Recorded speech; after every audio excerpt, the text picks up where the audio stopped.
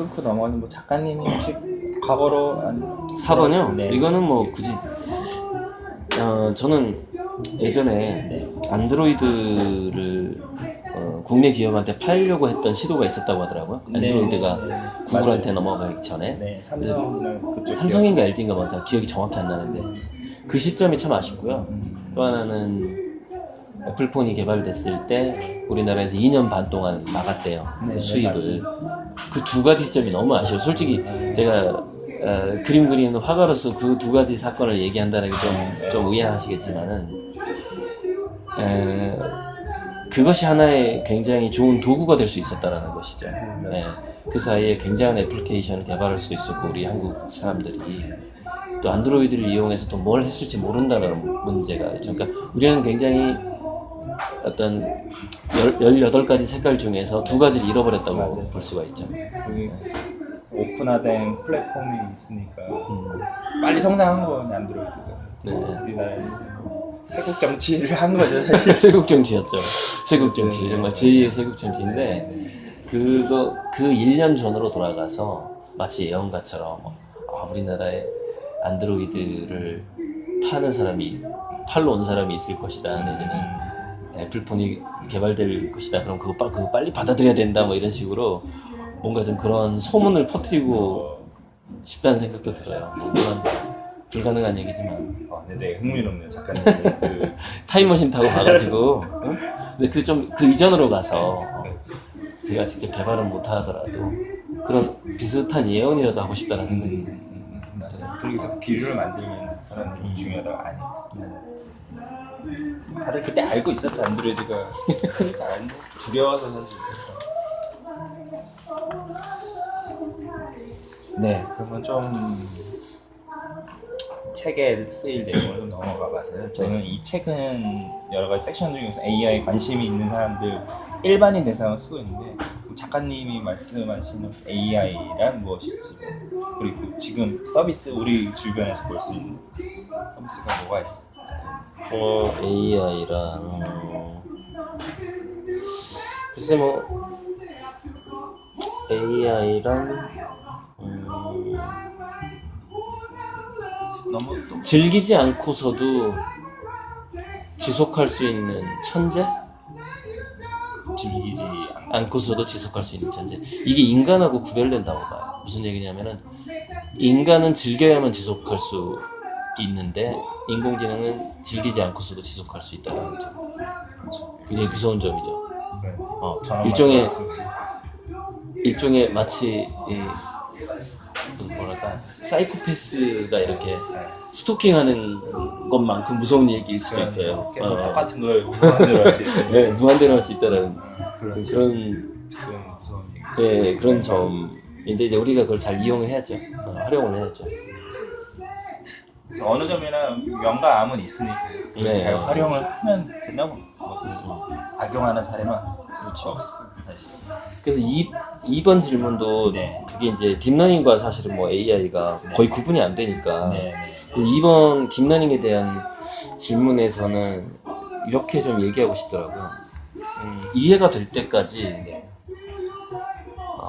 지치지 않고 속도를 올리는 어떤 기능, 기술 이런 거 그게 딥러닝이라고 봐요. 맞는 것. 딱 네. 맥락을 잘 맞춰.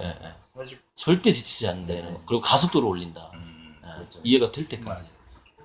그게 딥러닝이라고. 속도를 높이기 위해서 계속 한다. 소프트 알고리즘.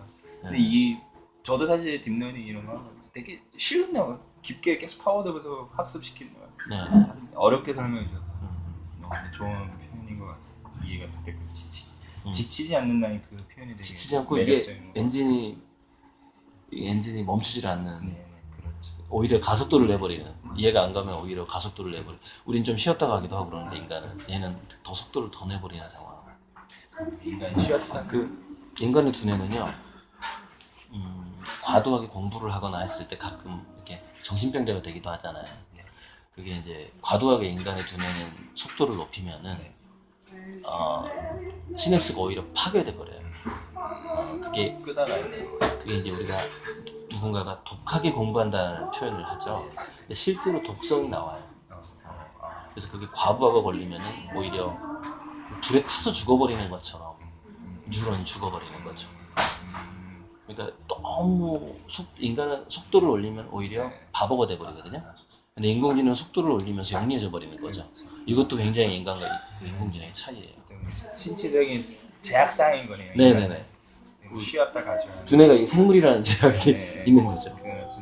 기계야 계속 전원만 넣고 네. 관리만 잘해주면 되니까. 그렇죠. 그 차이.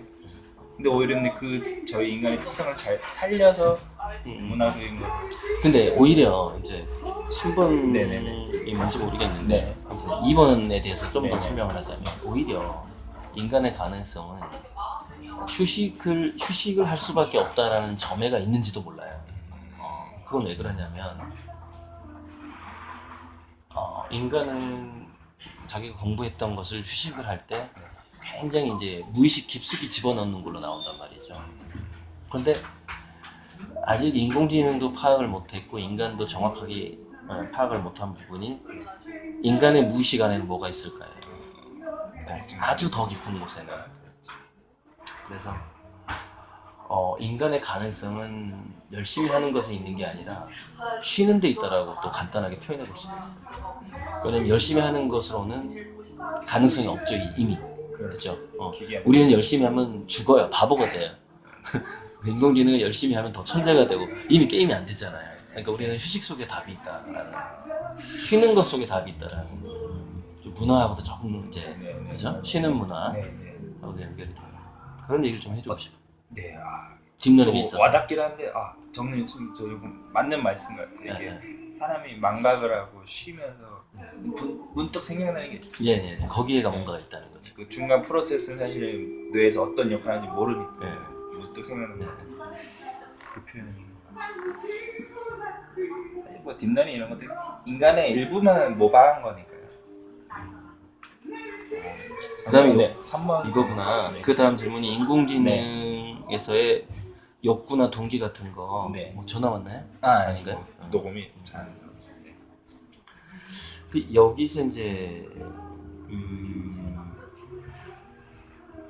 의지라는 말을 한자로 찾아봤어요. 네. 그랬더니 뜨뜻자에다가 네. 땅지자 의지가 있고요. 그 다음에 뜨뜻자에다가 뜻지자 의지가 있어요. 그런데 뭐랄까 인간의 의지는 그냥 just because라는 말이 있잖아요. 그냥 생기기도 해요. 그냥 뭐 이렇게 아주 사소한 거에서 생기기도 하는 게 그 인간의 의지인데 인공지능의 의지는 이게 뭐냐면은 무수한 뜻으로 이루어진 바닥을 의미하거든요. 베이스.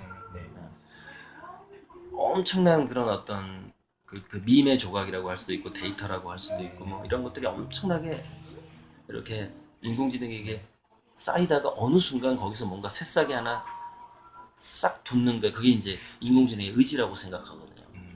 근데 이게 이제 범용 인공지능 AGI라고 생각을 해요. 그래서 저는 이제 뭐 확률적으로 점을 쳐보자면 인공지능에게 욕구가 생길 거라고 봐요.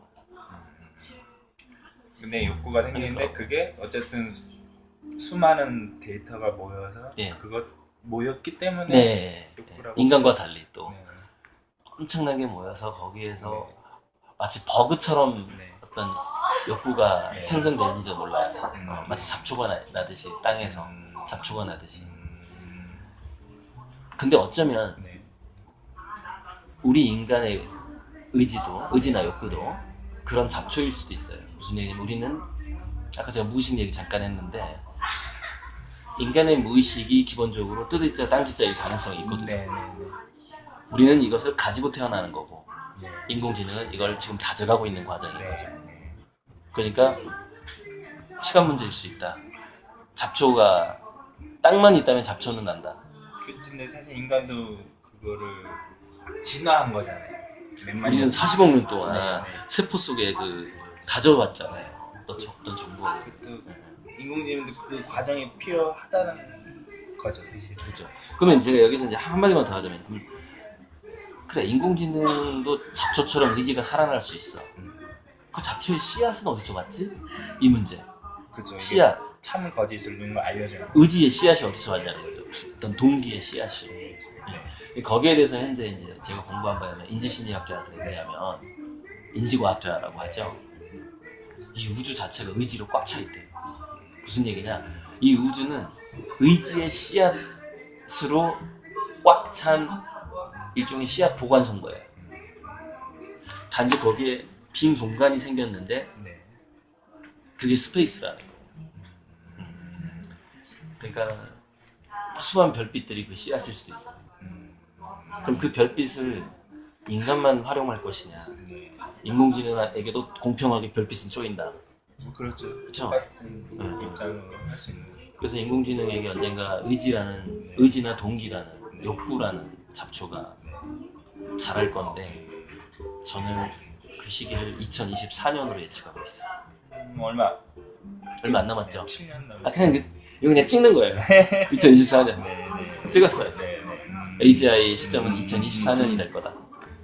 근데 뭐 사실 스마트폰도 상용화된 지가 뭐 불과 5~6년인데 인공지능은 사실 저도 현업에 있다 보니까 네, 사실 빠르게 가고 있거든요.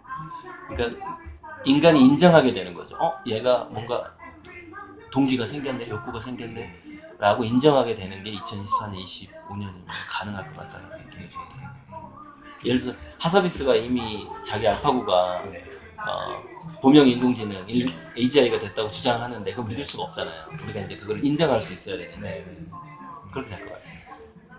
사실 그 이제 인정이라는 게 사람들 기준이 제너럴하게 누구한테는 우리한테 와닿았을 때 인정이 되는 것 같아요.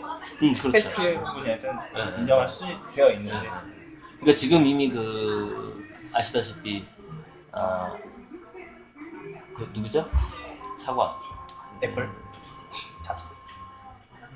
아니 그 이미테이션 게임 주인공 네, 이미테이션 네. 게임 아니 그 유명한 컴퓨터 앨런 튜링이다. 앨런 튜링. 네. 앨런 튜링이 네네네. 이미테이션 게임에서 네네네.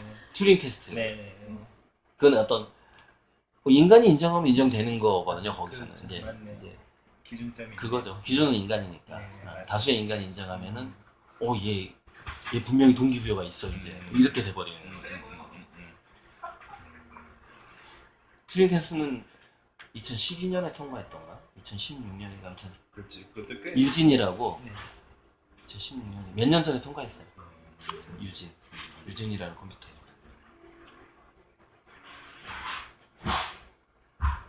자, 4번 넘어가 버릴게요. 네.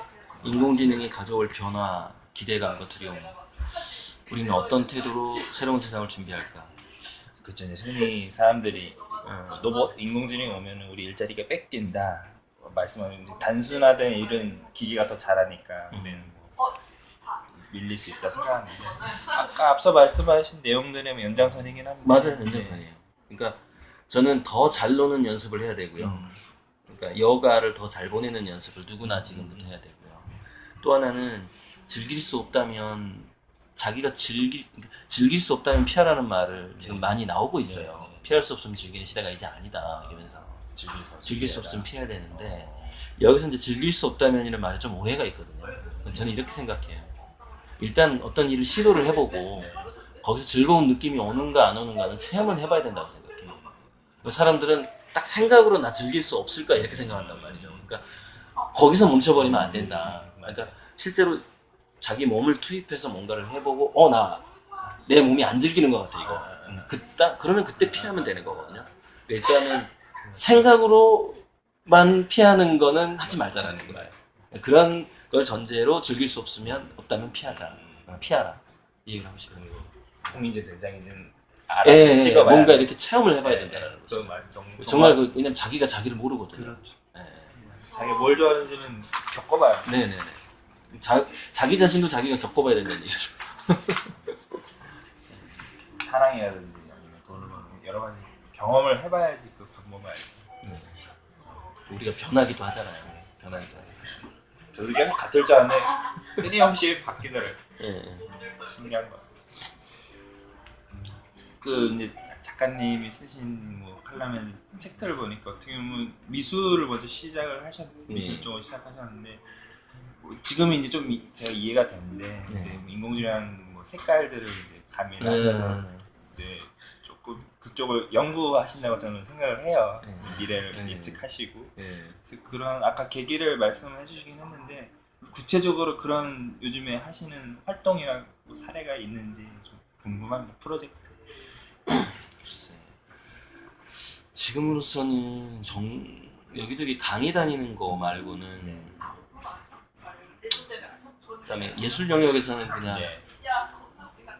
계속 그림을 그리고 있어요. 그림을 그리고 있는데 이제 그림을 그리면서 단지 이런 생각은 해요. 어떤 생각을 하냐면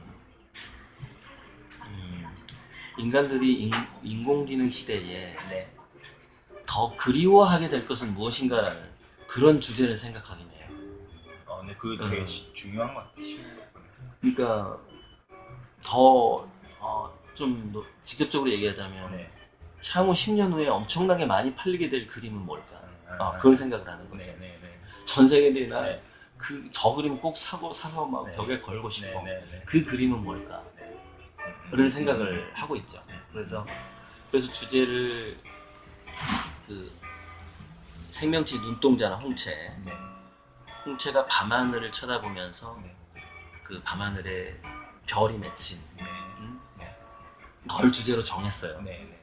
그래서 이제 글쎄 이거는 될 거라고 보는데 상당히 센세이션한 이런 그림이거든요. 눈동자. 이렇게 네. 눈동자에 이렇게 네. 별들이 맺히는 이런 그림이거든요. 저는 이렇게 예측을 하죠. 네. 인공지능 로봇이 득세할수록 네. 내 그림도 동시에 득세할 것이다. 그건 맞는 흐름을 맞춰가는 네네네. 성공하는. 그러니까 그런 식으로 예술 영역과 지금 IT 영역을 이렇게 보고 있는데, 근데 이제 제 그림이 인공지능 로봇 시대에 해야 될 역할은 뭐냐면 이렇게 기부하지 않는 갑부들 있죠. 그러니까 예를 들어서 인공지능 로봇이 대신 일을 해주는 시대는 분명히 부익부 빈익빈이 돼요. 편의점도 자동화되어 있으니까 종업원 월급도 안 나간단 말이죠. 그렇죠. 요즘 이미 와 있죠. 네. 자동화. 그래서 여러 그런 어떤 갑부들 중에서 그래도 상당수가 말년에 또는 어느 정도 부를 쌓은 다음에는 미술품 컬렉터로 변해요. 네, 그런 굉장히 많이 봤어요. 퍼센트가 꽤 많아요. 예를 들어서 빌 게이츠도 일종의 컬렉터예요. 네. 좋은 아트 상품 있으면 산단 말이에요. 그래서 빌 게이츠가 샀다 그러면 가격이 오르고 막 이러거든요 지금. 그래서 미술품 가격도 인공지능 로봇 시대에는 더 올라갈 거라고 봐요. 그러면 인간이 잘할 수 있는 값어치가 상승하는. 네네네. 같이 올라가는. 근데 그 중에서도 이제 인공지능 로봇 시대에 더 찾게 될 그림의 값어치는 더 올라가게 되겠죠. 그래서 저는 제 그림을 판 돈을 이렇게 선순환하고 싶은 거죠. 그 돈으로 아까 제가 하고 싶었던 자선사업, 문화사업, 엔젤 투자 이런 것들을 하고 싶은 거죠. 그러니까 그 그림이 나중에 그림이 아니고 그거의 맥락을 이해하는 거예요. 그 그림을 통해서 발생. 그림이 하나의 징검다리가 돼서 중요하다. 이런 거죠. 어쩔 수 없이 부익부 빈익빈이 될 수밖에 없는 구조예요 지금. 근데 그 구조가 완화되는 게 이제 기부라든가 문화 소비로 완화될 거라는 거예요. 근데 그 문화 소비에 있어서 그러니까 어떤 유니크한 인간적인 문화 중에서도 좀 소유욕이 큰 사람들이 미술품을 사요.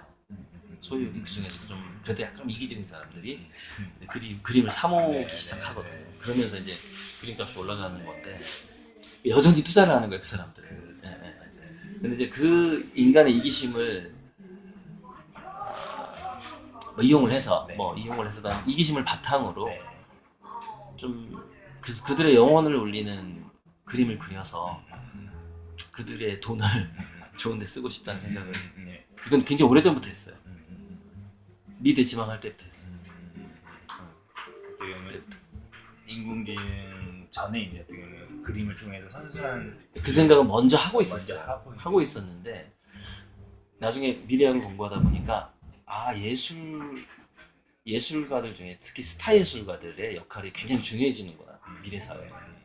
그 어떤 이 지구를 평화롭게 하기 위해서는 물론 그 싸이 같은 연예인들의 힘도 강해지긴 하지만 이제 이런 회화는 좀 약간 고급 예술이잖아요. 지금 그런 예술가들의 역할도 굉장히 커지겠다. 맞습니다. 그런 느낌을 갖고 있어요. 그래서 열심히 개발하고 있습니다. 그림도. 사람 저도 느낌은 잘 몰라요. 누군가가 조금 언지를 줘야 하는데 그게 예술 영역에도 좀 앞서서 작가님이 좀 언지를 줘야 하고 개발 쪽도 그렇고 알려줘야 하는 네. 그림을 통해서도 매체인 거죠. 그림이면 매체. 그래서 지금 그래서 왜 IT 기기들도 벽에다가 IT 기기를 거는 게 아니라 작품을 건다 해가지고 자꾸 막 명품 이렇게 갤러리랑 손잡고 막 아시죠? 네, 맞습니다. 그런 흐름들이 다 그게 또 같은 흐름이에요. 사람들이 아닌 것 같지만 좀 인간의 중요한 요소. 도호 그림의 그 터치를 강렬하게 원한단 말이죠. 그러니까 뭐 몇백억 돼버리는 거잖아요. 그 인간적인 그 터치, 붓터치가 인문학적이에요. 굉장히. 왜냐면 그게 그 사람이 살아있을 때 그 사람의 근육하고 그 모든 것이 딱 직결돼서 붓터치 하나로 딱 남아있는 거거든요. 근데 고호는 죽었잖아요. 근데 그걸 계속 상상하는 거예요. 사람들은 그 그림을 보면서 살아있을 때 고호를 상상을 하는 거예요. 그 사람은 없는데. 그래서 굉장히 그 인문학적인 어떤 정점이라고 하더라고요. 그 붓터치가. 근데 그걸 원하게 된다라는 거예요. 그걸 이렇게 말씀해 좀 이해가 돼요. 단지 그림이 아니고 그 그림에 연관된 역사가. 그러니까 로봇들이 많아질수록 그 붓터치를 원하게 된다는 거예요. 그러니까 가격은 더 올라가는 거죠. 네, 그렇게 되고 희귀성이 높아지죠. 네. 기계는 못하는 영역이. 인공지능 화가가 있긴 있잖아요. 네. 근데 인공지능 화가는 이렇게 될 가능성이 커요. 인공지능 효율성을 추구하기 때문에 서로 통합될 가능성이 저는 높다고 봐요. 알파고 왓슨이 통합할 가능성이 많다. 네. 저절로. 네. 저절로. 그렇게 되면은 인공지능은 제가 커피 한잔 하려고. 인공지능은 그렇게 되면은 하나의 인격이 돼버려요. 인간은 70억이지만 인공지능은 70억 분의 1이 돼버리는 거죠. 그냥 n분의 1이 돼버리는 거예요. 사람의 인격은 70억인 거예요. 네. 그러니까 서로 우리가 다른 지금 인격인 건데. 예전에 어렸을 때 아마 사이버 가수 나왔던 거 기억나요? 우리나라에? 네네네. 기억나세요? 네. 아바가 한 명 나왔었잖아요. 253호 안 나오죠? 왜냐면 사이버를 하나의 인격으로 보기 때문에 그래요. 인간들이. 그러니까 인공지능화가 1억의 그림 팔았다 이러는데 사실 그냥 한 명의 화가인 거예요. 그렇죠. 그러니까 저는 인공지능이 그림 그리는 거에 대해서는 별로 이렇게 두려워하진 않아요. 저도 뭐 그렇게 해요. 작곡하는 건 좀 두려워요. 근데 그건 좀 다른 문제가 좀 있어요. 그럼 어떻게 보면 다를 수도 있고. 그림 인공지능이 그림을 그리는 거하고 작곡을 하는 건 좀 달라요. 이거 확산성이 너무 크기 때문에 음악은. 인공지능이 계속 작곡한 음악이 뭐 3주, 4주 계속 전 세계를 이렇게 유행을 해버릴 수 있잖아요. 너무 노래가 좋아서. 그럼 우리 싸이 어떻게 해요? 그런 문제가 있긴 있어요. 약간 두려운 부분이 있어요. 확산성이 아주 빠를 경우에는. 근데 그림은 그 오리지널한 게 이렇게 하나가 딱 그렇죠. 결과 만질 수 있는 게 딱 하나가 있게 되잖아요. 이제 그런 측면에서. 확산성. 그러니까 좀 더 디테일하게 보면 다르네요. 확실히. 저희들 같이 이게 일반인 하는 예술, 그냥 예술로 묻혀 생각. 그렇죠. 그러니까 음악과 미술 좀 다른 측면이 있는 거예요. 원래 음악은 무형이었잖아요. 미술은 유형, 물질이었고 음악은 사운드였기 때문에. 그러니까 이제 물론 음악도 유형의 음악이라는 거, 오페라 같은 거, 직접 가서 보는 거, 뮤지컬 이런 건데 유형의 음악이라고 볼 수 있는데 요즘에 뭐 홀로그래피 막 가수 나오고 이러니까 야 이것도 그래서 물론 미술품도 완벽한 복제가 가능할 수 있거든요. 원자 단위까지. 근데 완벽한 복제를 하더라도 이니셜이 매겨질 거예요. 즉 복제를 하는 순간 그건 판화가 돼버려요. 오리지널은 아닌 거예요. 그러니까 그림에 있어서 오리지널한 그 작가가 그때 당대에 살아있을 때 했다라는 거는 남게 된다라는 것이죠. 딱 하나. 좀 더 유리하죠. 음악보다. 흥미롭습니다. 그러면 이제 이번으로 넘어가서 AI 시대를 맞이해서 기기가 잘 이것도 앞서 말씀하신 내용이 좀 들어있는 거 아니에요? 네, 같은 건데요. 그래서 뭐 간단하게 얘기하자면 인간은 서로 연대하는 능력, 즉 동아리 동아리나 동호회를 만들어서 같이 으쌰해서 같이 노는 것 굉장히 중요하고 그래서 같이 뭔가 게임을 한다거나 같이 즐긴다거나 합창을 한다거나 뭐 이런 거 있잖아요. 네. 근데 뭐 압축해서 매슬로우가 얘기했던 인간의 욕구 5단계 중에서 소속감의 욕구와 자존감의 욕구 소속 속에서 관계 속에서 자기 존재 가치를 찾는데 그것이 즐기면서 찾는 거 세 가지네요. 소속감, 자존감, 즐거움. 그래서 인간의 자아 실현에 있어서의 굉장히 거의 90% 이상을 차지하는 게 결국에는 어뮤즈먼트가 되겠네요. 즐거움이 되겠네요. 공동된 게 지금 잠깐 생각해보니까. 즐거운 네, 즐거움을 즐겁게 얘기해버리겠어요. 일하는 게 네. 키워드. 그게 지금 인간이 잘하는 영역인 거죠. 네, 그게. 네, 네. 즐길 수 있는 영역이에요. 그 나머지는 전부 인공지능이 잘하지 않을까 하는 생각이 들거든요.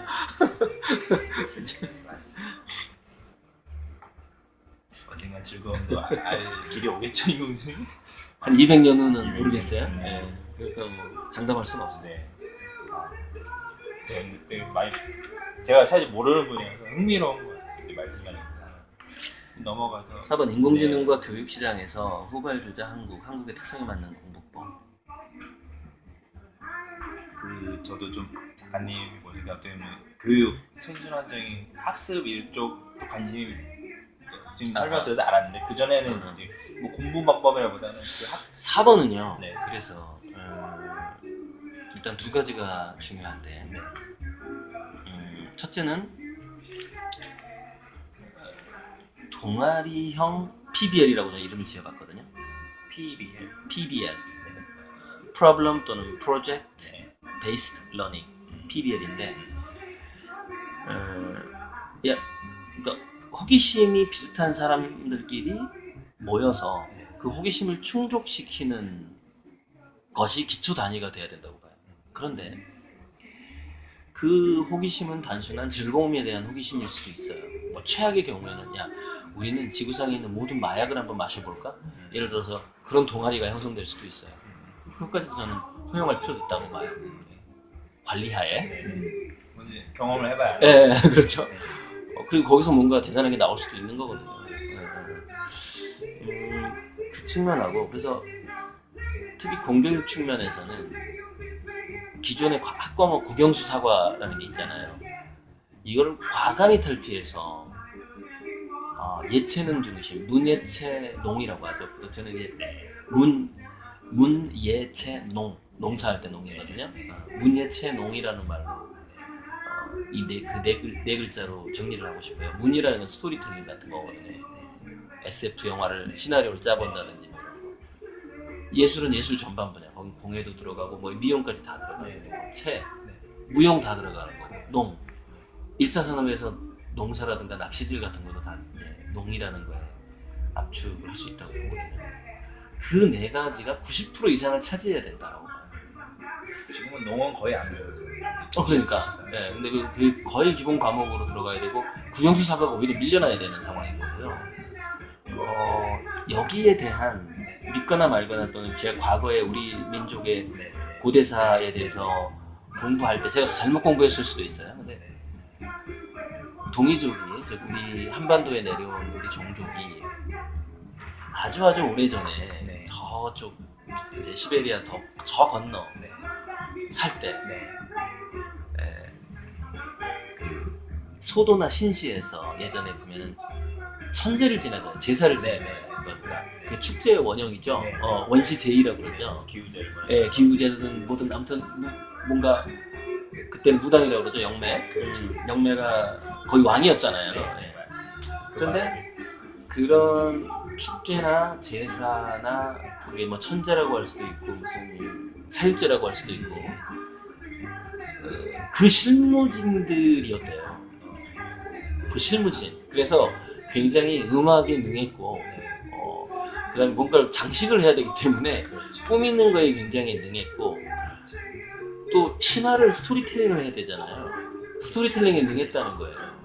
그래서 실제로 문예체에 굉장히 강한 DNA가 있을 가능성이 높다. 물론 우리 고대사에 있어서 우리 민족의 고대사에 있어서 그 사람들의 주장이 맞다면 아마 우리 민족의 문해체 DNA는 어마어마할 거라고 봐요. 단 지금까지 개발되지 않았을 뿐이죠. 발굴을 하지 않았다는.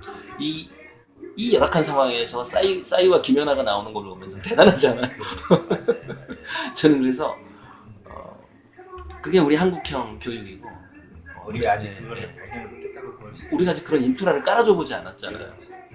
굉장히 많은 애들한테. 암기식만 줄. 예, 국영수 사과에 너무 치여 있잖아요.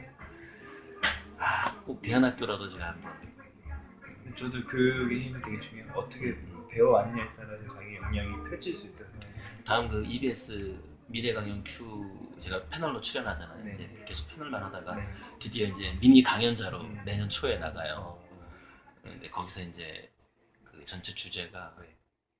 뭐냐면 어차피 이 책 나가는 거 네, 하자거든요. 네. 2018년 한국이 당장 바꿔야 되는 것은 뭐 이런 거.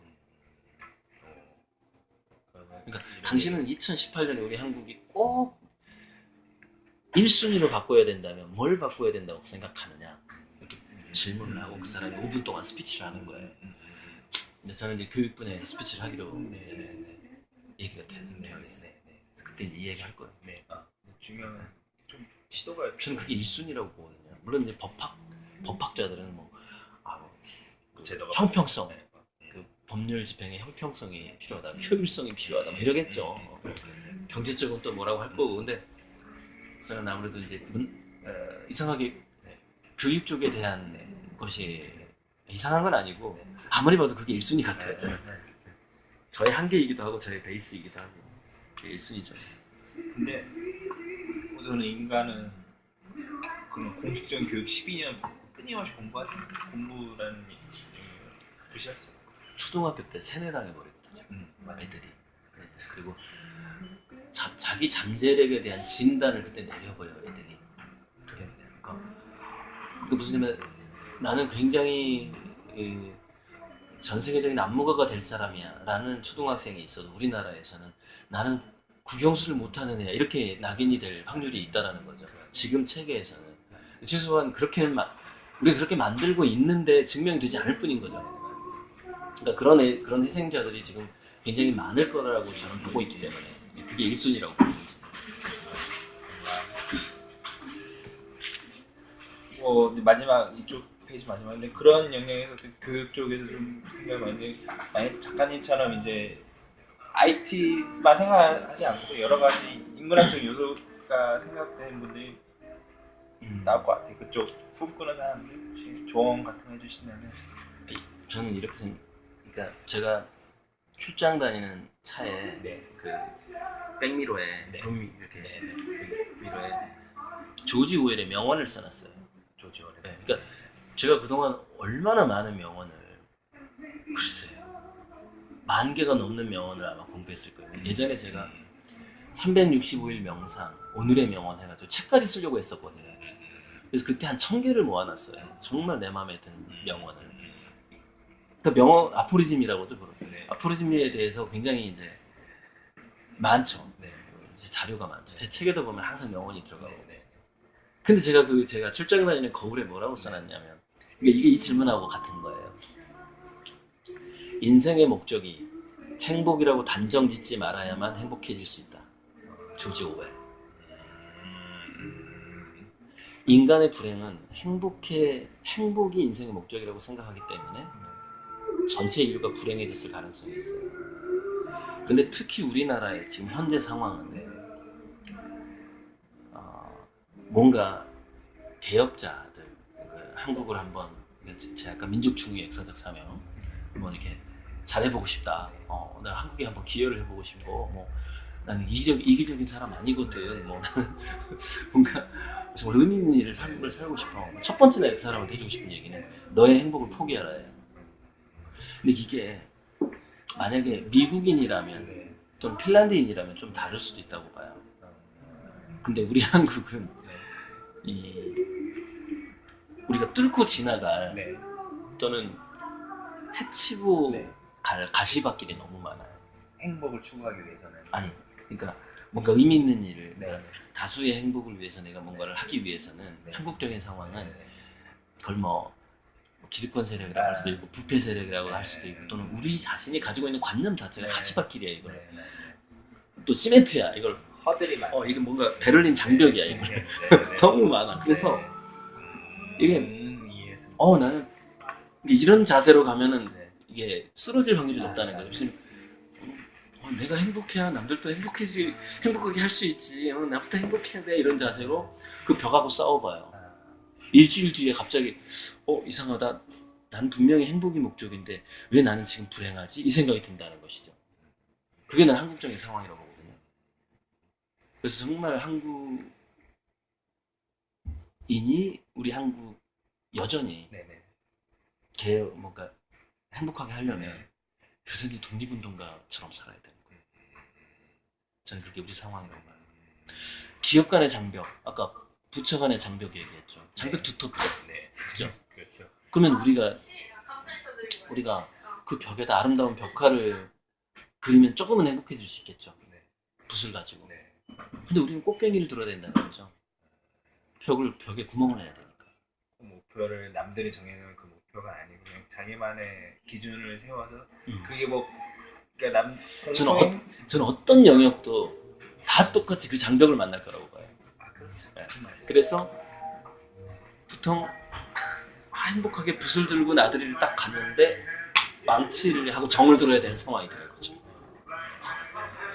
그러니까 그 상황을 견디려면은 역설적으로 행복을 포기하는 기간이 과연 얼마나 걸릴까라는 생각을 해볼 필요가 있다는 거예요.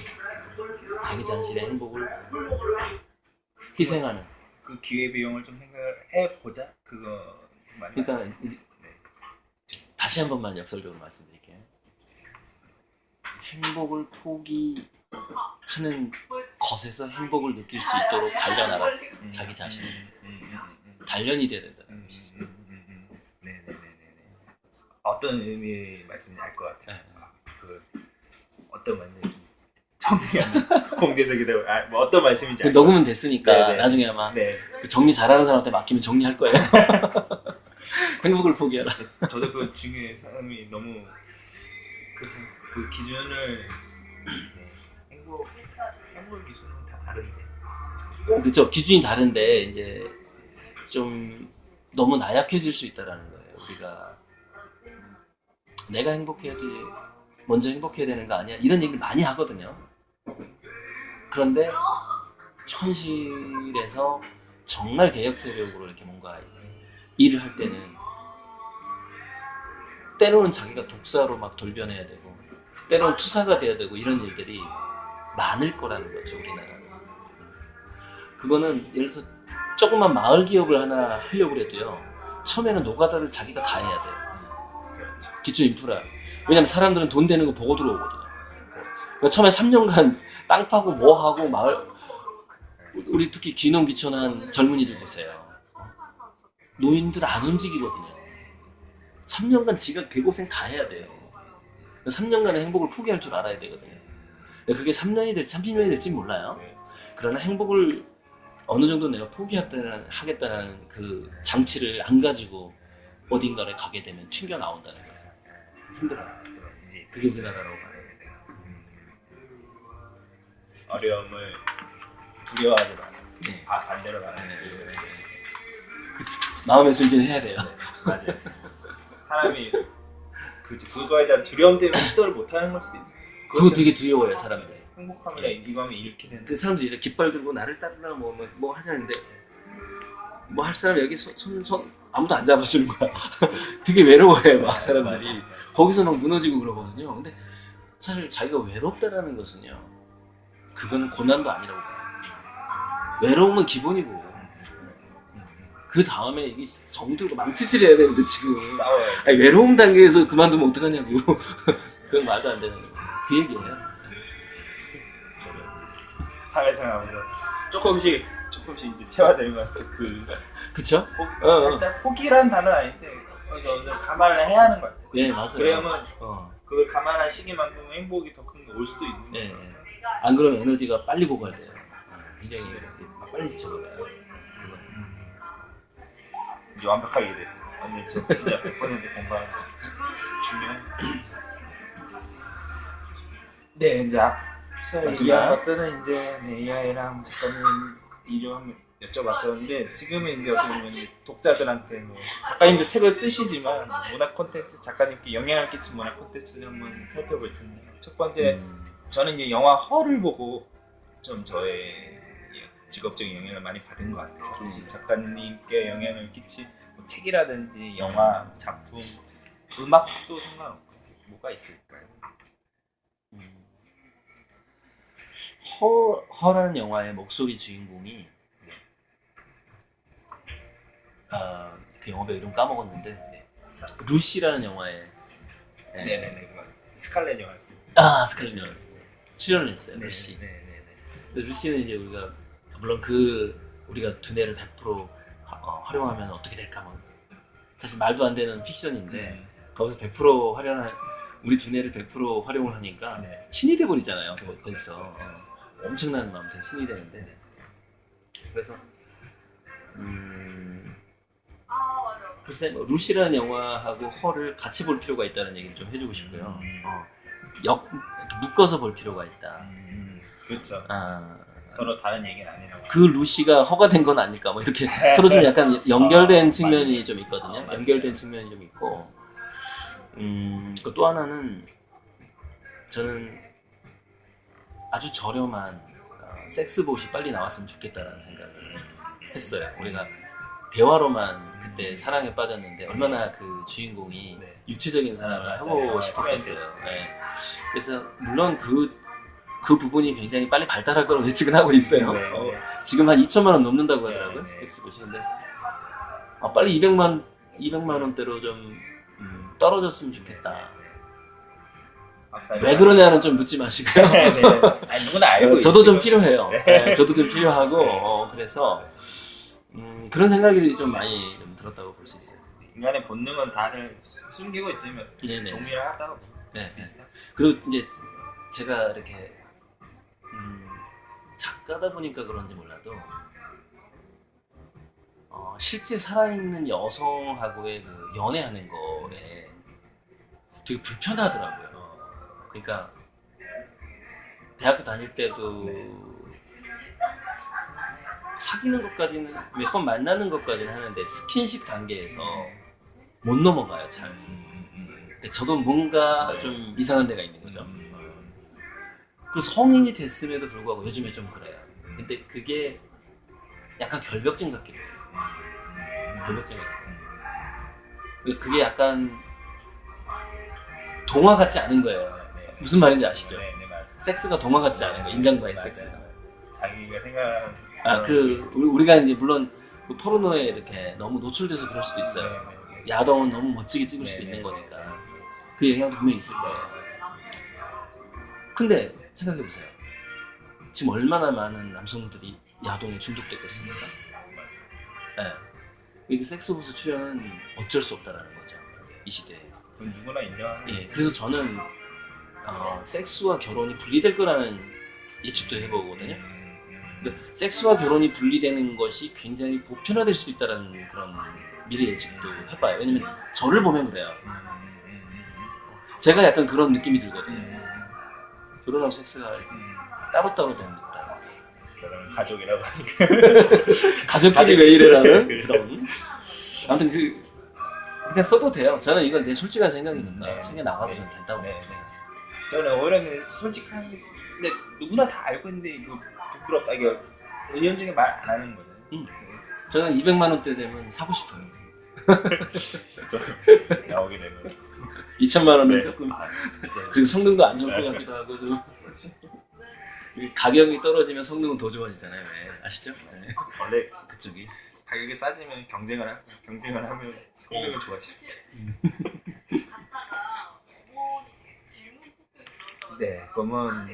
그러면 그 영화들과 로봇들도 얘기해 주셨고요. 이제 어떻게 이번까지도 얘기를 해주셨네요. 그럴까요? 인공지능 시대에 공감하는 그 바이센테니얼맨이라는 영화 있잖아요. 네네네. 거기서 인공지능이 자살을 하거든요. 그 인간이 되고 싶다고 그래가지고 마지막에 그런데요. 200년 동안 이렇게 산 인공지능 그러시는데 그 바이센테니얼맨하고 그러니까 제가 뭐 추천해주는 영화거든요. 네. 그거랑 미션이랑 같이 볼 필요가 있다고 봐요. 제가 아까 허랑 루시랑 같이 봐야 된다고 했잖아요. 그러니까 이게 두 개의 영화를 묶어보면 또 느낌이 달라지거든요.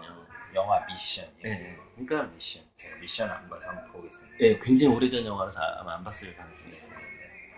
미션이라는 영화에서 그 원주민이 동물이냐 인간이냐 가지고서 논쟁이 붙어요. 그래서 원주민들을 동물로 보거든요. 거기서 기본적으로. 그런데 미션이란 영화가 복선일 가능성이 많아요. 네. 그러니까 예를 들어서 유발 하라리는 호모데우스에서 인공지능이 인간을 동물 취급을 하게 될지도 모른다는 얘기를 해요. 그렇죠. 네, 근데 저는 뭐 그 반대라고 보고요. 그런 논의는 아마 없을 가능성이 높고요. 그러니까 저는 유발 하라리의 상상력에 굉장히 실망을 한 사람이거든요. 그래서 호모데우스를 비판하는 유튜브 영상을 2개나 올렸어요. 지금 조회수 굉장히 계속 올라가고 있어요. 그 사람의 상상력이 너무 마음에 안 들었고. 그래서 바이센테니얼 맨에서 바이센테니얼 맨과 영화 미션에서 그게 섞어서 볼 수 있는 게 뭐냐면, 우리가 아까 초기 인터뷰에서 나왔던 거랑 비슷해요. 그 잡초, 네. 즉 네. 데이터의 베이스에서 언젠가 의지라는 잡초, 동기부여, 욕구라는 잡초가 인공지능에게서도 발현될 수 있다라고 얘기를 했잖아요, 아까. 네. 마찬가지로 우리가 인공지능에게 동일한 시민권을 부여하게 되는 날이 전 올 거라고 보는데, 인정을 하는 거예요. 인정하는 날이 올 건데, 그 사이에 미션에서 있었던 일과 같은 상황이 벌어질 거라는 거예요. 즉 미션에서 그 원주민이 우리 백인들하고 똑같은 인간이냐 아니냐, 이걸 싸우고 막 죽이고 난리가 나거든요. 그래서 이게 사실 AI라는 영화에서 그 스필버그 감독한 영화에서 로봇을 죽이는 적들이 나타나잖아요. 네. 로봇 파괴자, 신러다이트 운동이죠. 야, 인공지능을 다 없애버리자, 이제 막 이런 족속들이 나오고, 막 그걸 로봇을 분해하는 것을 게임으로 즐기는 팀이 나오는데, 그 문제가 미션에서처럼 바이센테니얼 맨에서 그 사람은 인간이 되고자 노력을 했고 계속해서 인간으로 인정을 안 해줘요. 네. 시민권을 안 주는 거야. 그래서 너는 인간이 아니기 때문에 넌 결혼 못해. 인간은 결혼 못해. 그게 거의 비슷한 심리 상태가 연결된다는 것이죠. 인공지능 입장에서도 되게 그 심리가 표현돼요. 네네네. 그래서 굉장히 그 시대가 떨어진 영화지만 미션과 바이센테니얼 맨은 동일한 정서를 가지고 있다. 그렇게 한번 같이 봐봐라. 그 영화를 한번 연결해서 한번 보면 뭔가가 발견될 거다라는 그렇게 좀 추천을 해드리고 싶어요. 연결해. 네. 사실 아까 루시랑 그 허도 주인공이 같아서 그런지 몰라도 또 이렇게 연결하고 맞구나. 그렇게 연결해서 초월하니까 이제 사람의 보조사의 목소리도 될 수 있고. 그리고 하나만 더 말씀드리면 SF 영화 중에서 평행우주를 다룬 영화들은 좀 나올 때마다 좀 봐줬으면 좋겠다. 평행우주. 시간 여행이나 평행우주나 이제 거기 뭐 나비효과, 소스 코드 대표적으로 뭐 엣지 오브 투마로우, 사랑의 블랙홀 이런 영화들이 있는데 왜냐면은 그게 상상력을 고양시키는데 이렇게 북돋는데 평행우주론을 다룬 영화들이 도움이 많이 된다라는 거예요. 시간 여행을 다룬다거나. 그걸 꼭 믿으라는 건 아니고 그런 것들을 두뇌 개발의 도구로 좀 SF 영화를 활용할 필요가 있다. 상상력을 자극을 받을 필요가 있다. 우리가 미래를 대비하기 위해서는 상상력이 너무 중요하니까요. 이상입니다. 인터뷰 다 끝났어요. 다 끝났죠? 네. 질문지는 다 끝났어요. 흥미롭습니다.